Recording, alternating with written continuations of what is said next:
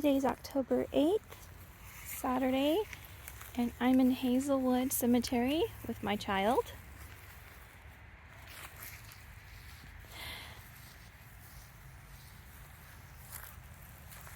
We grew up next to a cemetery, or at least I did, and I always found cemeteries to be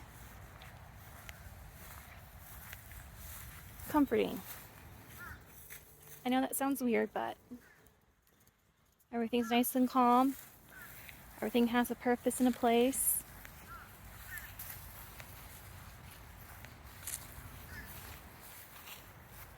Hazelwood Cemetery is in Springfield, Missouri. Very huge place. And behind us, turn my camera slowly, guys, sorry, is the Veterans Cemetery, and over the wall is as well. This place isn't as scary as what movies make it seem. No. I like it here too. I agree with you, Mama. Nice and peaceful. Kind of comforting.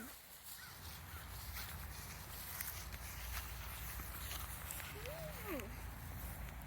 These look nice.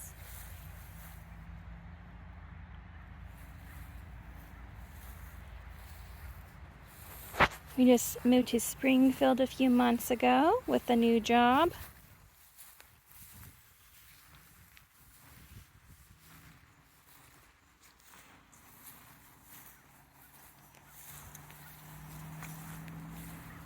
Prior to Springfield, I worked as a nurse in Phoenix, and COVID hit, and I quit my job.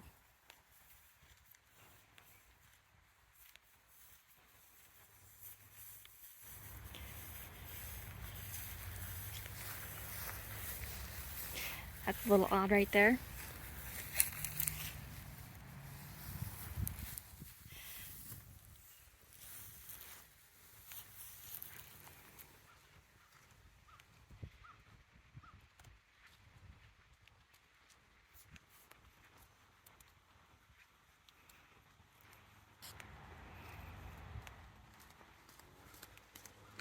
My job now is being a real estate agent. Huge career transfer.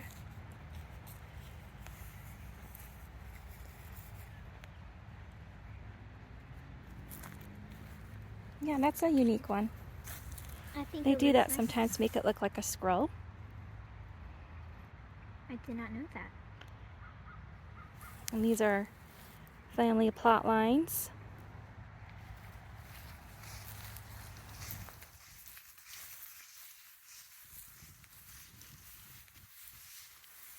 Oh, so that must have been a missing letter over on that one.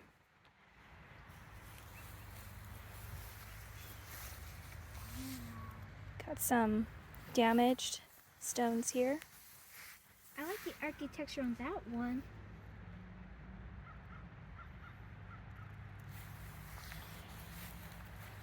I think older stones are funner to look at, more enjoyable.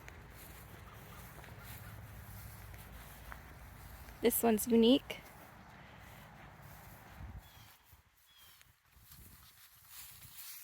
Wow.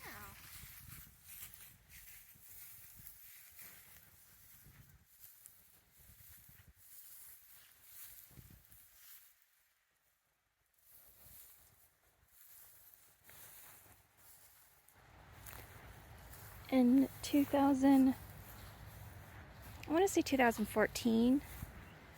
I was diagnosed with an autoimmune disease, and it's been an uphill battle ever since. That's a nice one right there.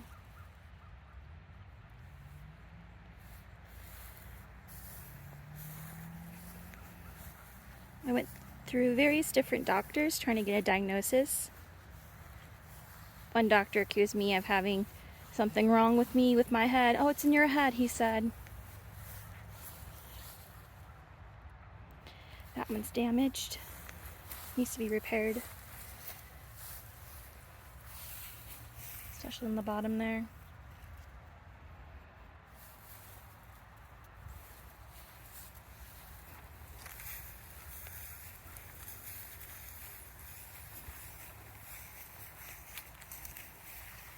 Oh yeah, it's been fixed. Repaired a little bit. Needs to get redone though.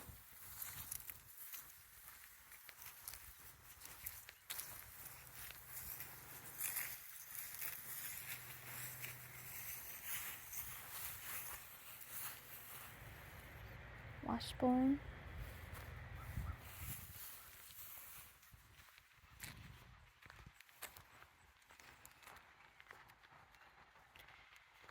And I moved to Phoenix from Iowa. Saw various different doctors to try to treat my autoimmune disease. And Hashimoto's is where the immune system attacks the thyroid. It's not very pleasant.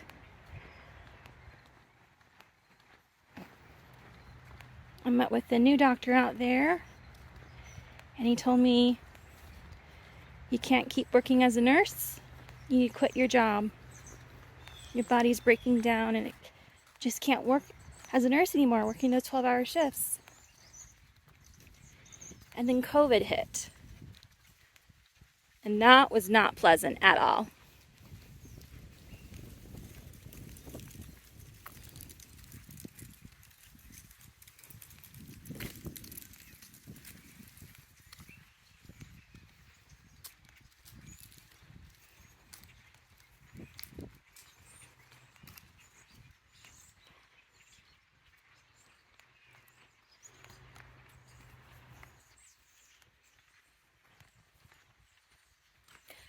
Long ago in Iowa,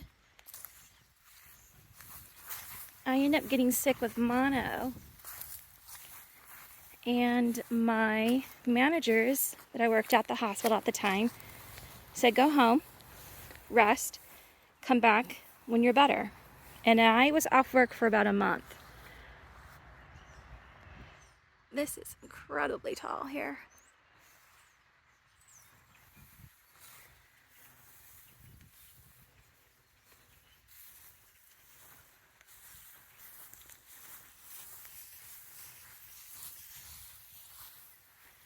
When I had my C-section at the same hospital in Iowa, they said, you can take 12 weeks off, go ahead.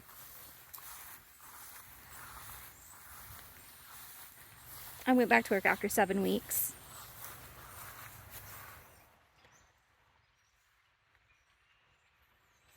And then when I had COVID, you're off work for the 2 weeks and you're expected to come back to work as soon as those 2 weeks are up. And I did not feel well at all. I know I got COVID from working the ICU shift. And no, I'm not an ICU nurse. We went up to ICU to go help out the ICU nurses, run, get supplies for them, kind of act as their right arm, so to speak.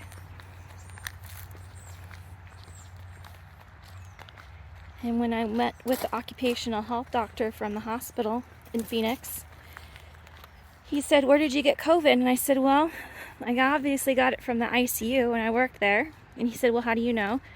You could have gotten it at the grocery store.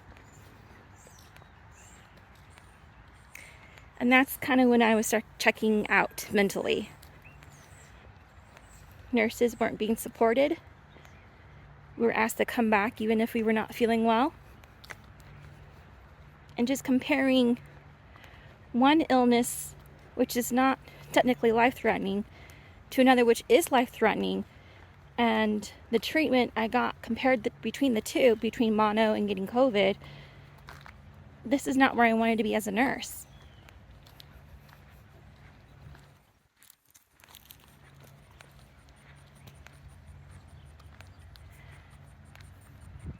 My parents ended up getting COVID around the same time. There's some more back here, so we'll go back this way. We're gonna backtrack, guys, sorry. It's a beautiful day.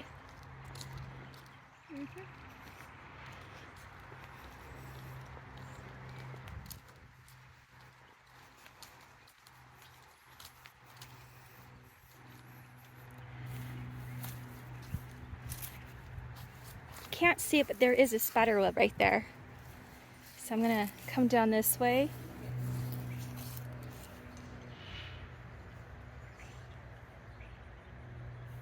There is a way in, but being respectful, I'm not gonna talk and walk and go through their resting place.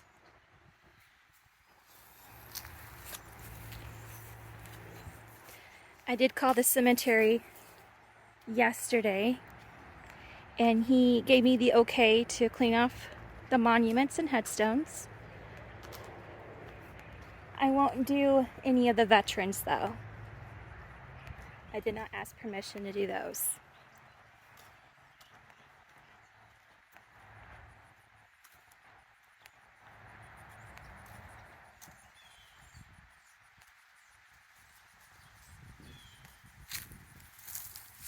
This is a family plot zone, W.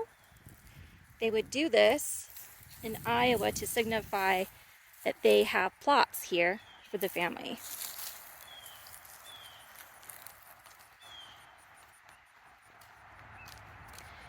My parents ended up going to the hospital, both of them, with COVID. There wasn't any room for my father, and they put him in a closet.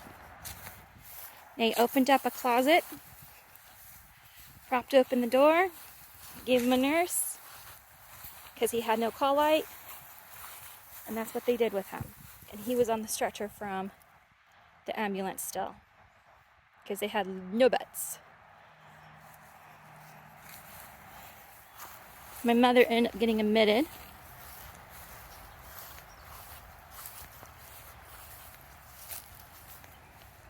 And one day, the doctor comes into her room and tells her, "You're going to Mayo Clinic. There's a vent there for you.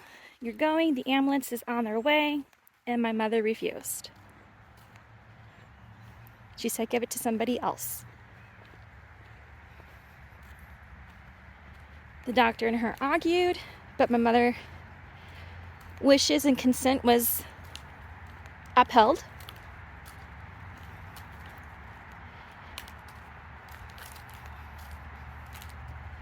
My father couldn't be intubated. He was not a candidate for that.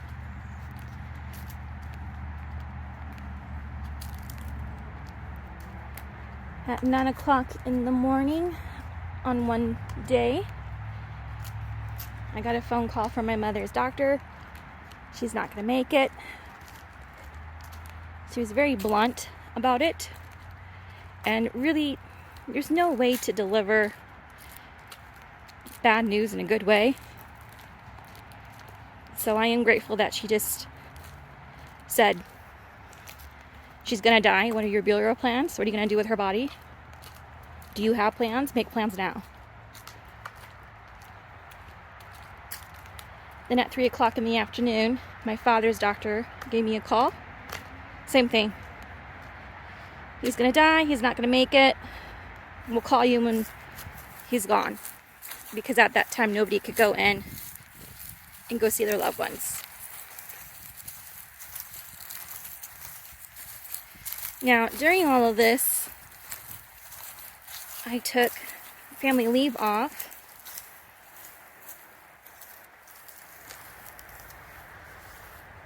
This is another beautifully architectured one. And just covered.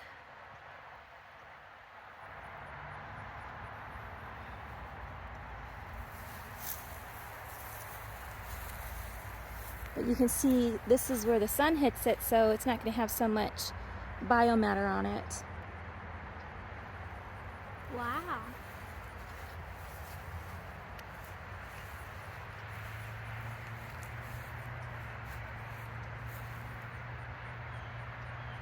And both my parents pulled through. they end up coming home alive when they should have died. We're going to come back down this way because it's getting a little bit loud.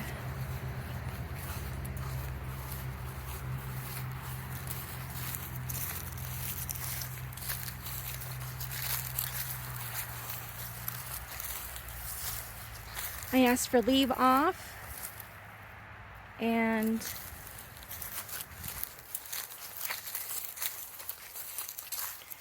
they denied me time off for my father.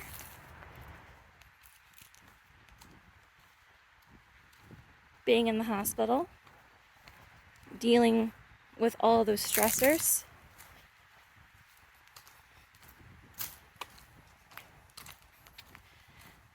When my mother came home, I was driving them to their doctor's appointments. They literally could not breathe. They were still on oxygen. He fell a couple times at home. The VA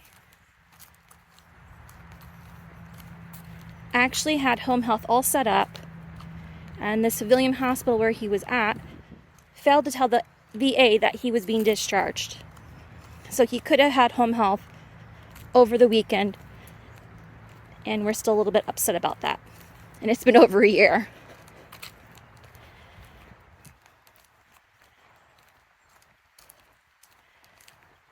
So I'm at the doctor's office with my mother, and my manager gives me a call and says, "Hey, you were denied leave. You need to come back to work."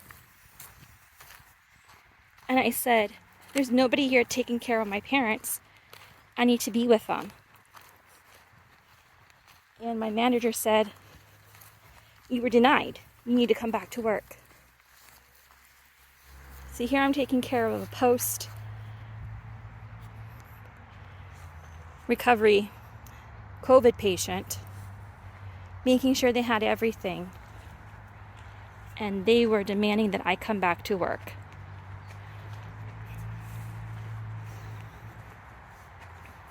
I frequently compare how I was treated during that time and the time when I had mono.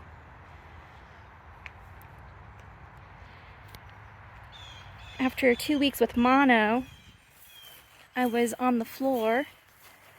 Not on the floor. If you're in the medical field, you know what I meant. I was working, and I was not feeling good. It was my first day back after 2 weeks.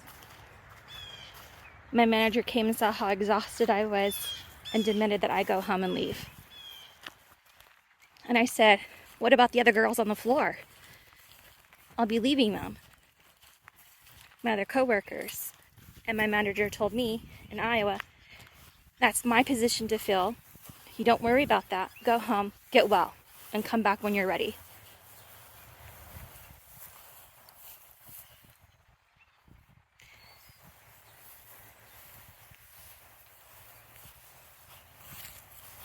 This is why nurses are leaving, because they aren't being supported by management.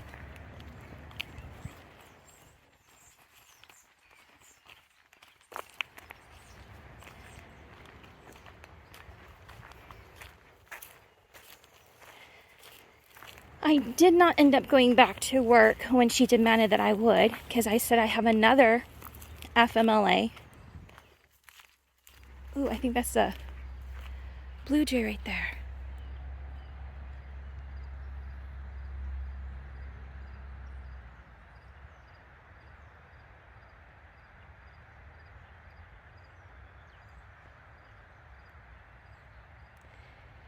And I was approved leave for that, and then I came back. My parents had home health established at that point. The hospital was dropping off oxygen canisters for them.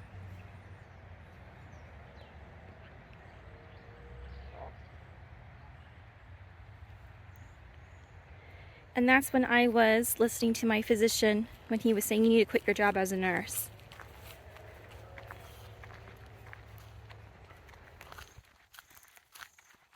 So I wanted to leave Phoenix. It's too hot. It wasn't good for my health. So I came down to Springfield. Put my application online. I tried in vain to get a job at Walmart, library, zoo. And then one day a broker agency called and said, "Hey, have you thought about becoming a real estate agent?" No, can't say that I have. However, I'm no longer working 12-hour shifts. It's really windy, so I'm gonna try not to talk over the wind.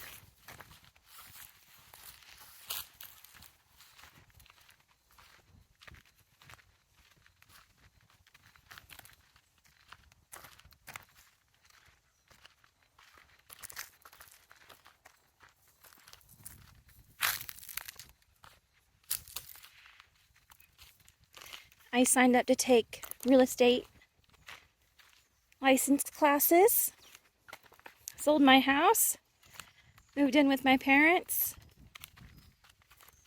passed the class, and moved out here. And that's my story.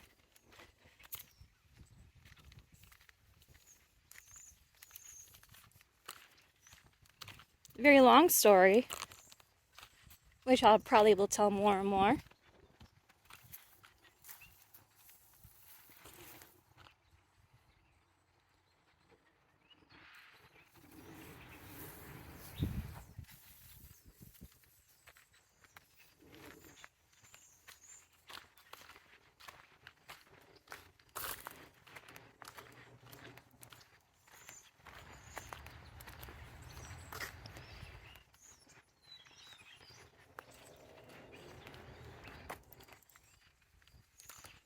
So as a hobby, I'll be cleaning off tombstones. I did it as a kid in the cemetery where I grew up at.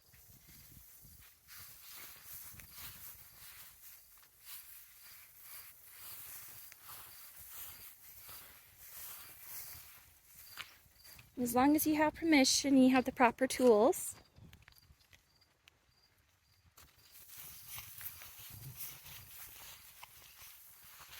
you should be fine. So this one, see, sunlight hits it's like a stop really. So that's why it really doesn't have any biomatter on it versus the cross up here because it's stuck underneath the tree.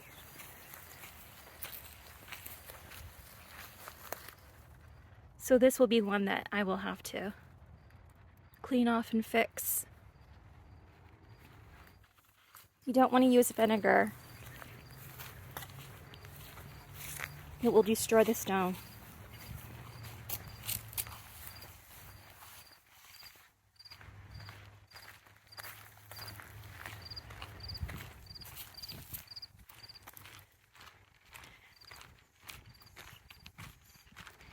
And on that note, because this video is already about over 20 minutes long, I'm going to go ahead and stop it. And thanks for coming along with me with my journey. And there's my little boy.